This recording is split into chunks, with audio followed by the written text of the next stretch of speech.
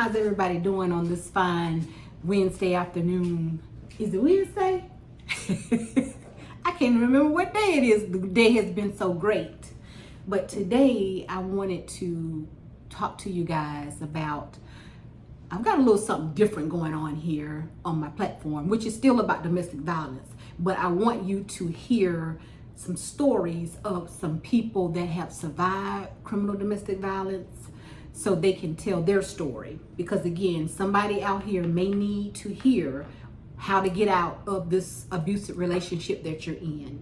So I want to introduce y'all to a young lady out of Ohio. Her name is Jenna Lee. She is going to tell her story, and I want you guys to please listen to it.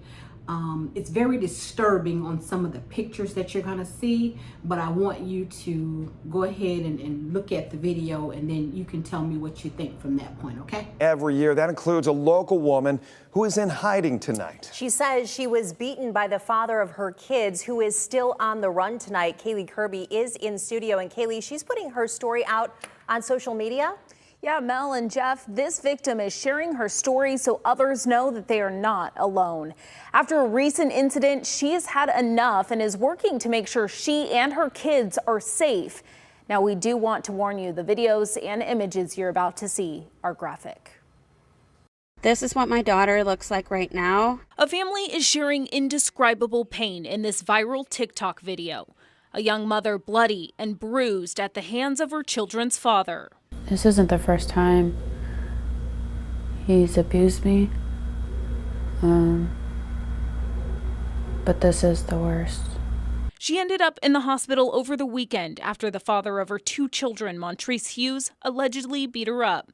She's filed for a temporary restraining order. There's currently a warrant out for his arrest, and WTOL has learned he has prior domestic violence convictions in Toledo. She did not deserve what happened to her. No, nobody deserves to be abused. She says it happened after she was talking to a male coworker on the phone about alcohol and her learning how to bartend. He got mad and shoved food in her face. It escalated from there. He held me to the ground while holding my neck and was just punching me in my face. I don't know how many times he punched me exactly.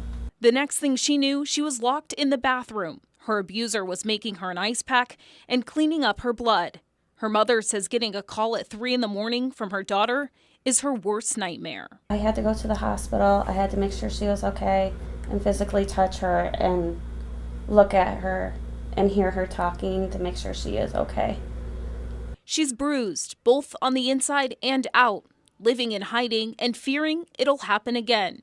Right now, he's on the run, and her mom hopes her TikTok will help track him down. Jenna needs to know that there are people who support her that we will help lead her in the right direction. She just needs to follow. Her stepfather says he can't comprehend how things got this far. I'm hurt for her. I'm upset that this has been done to her, and to see her how she is, it just makes me want to cry. And for Jenna, the next steps are to make sure she and her kids are safe and not living in fear. It's just not worth going back, whether you think you're comfortable with the person or not. It's not worth going back because it's only going to get worse.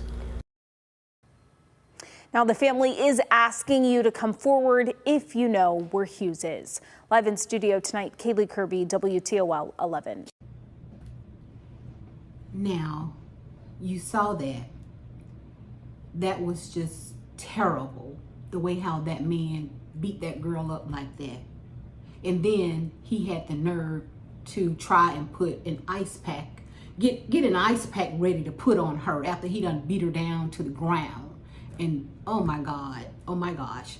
But let me let y'all hear this next part, and then I'm gonna come back at you, and then we're gonna go from there. And let me know what you think. I need some comments, and make sure y'all hit that like button.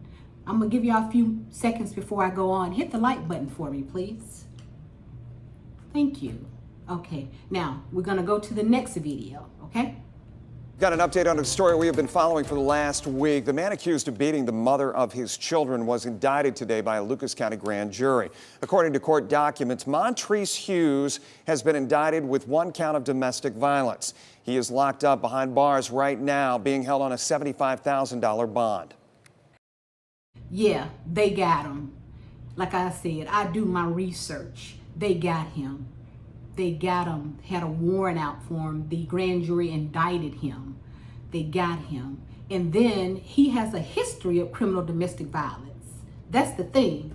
You got a history of it. And like that young lady said, that's not the first time that he beat her up, but it's the worst time. I'm so happy to know that she was able to get out of the relationship, because that was a fool. Anybody that put their hands on a person the way that he did, it's definitely something wrong with you. You need anger management. You need counseling. You need God. You need God, Jesus in your life. You do, if you're gonna show out like that. And again, it stems back from the childhood. I'm gonna stress that on and on and on, because I know for a fact his daddy and mama was going at it. He saw everything, and that's what made him grow up to beat on his woman, okay? I'm just letting you know, giving my 2 cents on that. But anyway, if y'all got any questions or comments or concerns, anything that you want to know about regarding me, just let me know, and I will answer some questions for you. And before I go, let me just tell a story, because I haven't told any of my stories in the last couple of videos. I remember one time I did tell y'all that my ex had me in a headlock one time. And so going back to what happened, I can't even remember how or what happened or what started it. But anyway, he got mad about something. He always getting mad about something. So I was on the edge of the bed. My hair was all over my head. I think I had just finished washing my hair or something like that. And so he went to, and like I said, I don't even remember the whole details of how I got in the headlock. I just don't remember. But anyway, what happened was we ended up on the floor. He had me in a headlock to where my hair was all over my head, y'all. And it's like I couldn't breathe, because the way he had me, it was like I could not breathe. And I was like, please let me up, please let me up. And I was, with the last breath I thought I had in my body, I was begging for my life to let me up, because I was choking. And it was like I was dying. And then finally it was God. My ex let me go, and I was able to catch my breath and breathe. The things your girl D went through. But I thank the Lord that I'm here today and didn't end up in a bad situation in jail for me killing him or him killing me. And ladies, love yourself. Self-love is the best thing that you can ever have, because you have kids, some of you guys, who are getting abused. Your kids are seeing you get abused. Why do you want to see your children to see you get abused like that? It's just awful if you're going to stay in that relationship. Women, you out there too that put your hands on the man, and the kids are watching. I'm not just pointing at the men, but it goes both ways, women and the men. But on that note, thank you guys for watching my videos.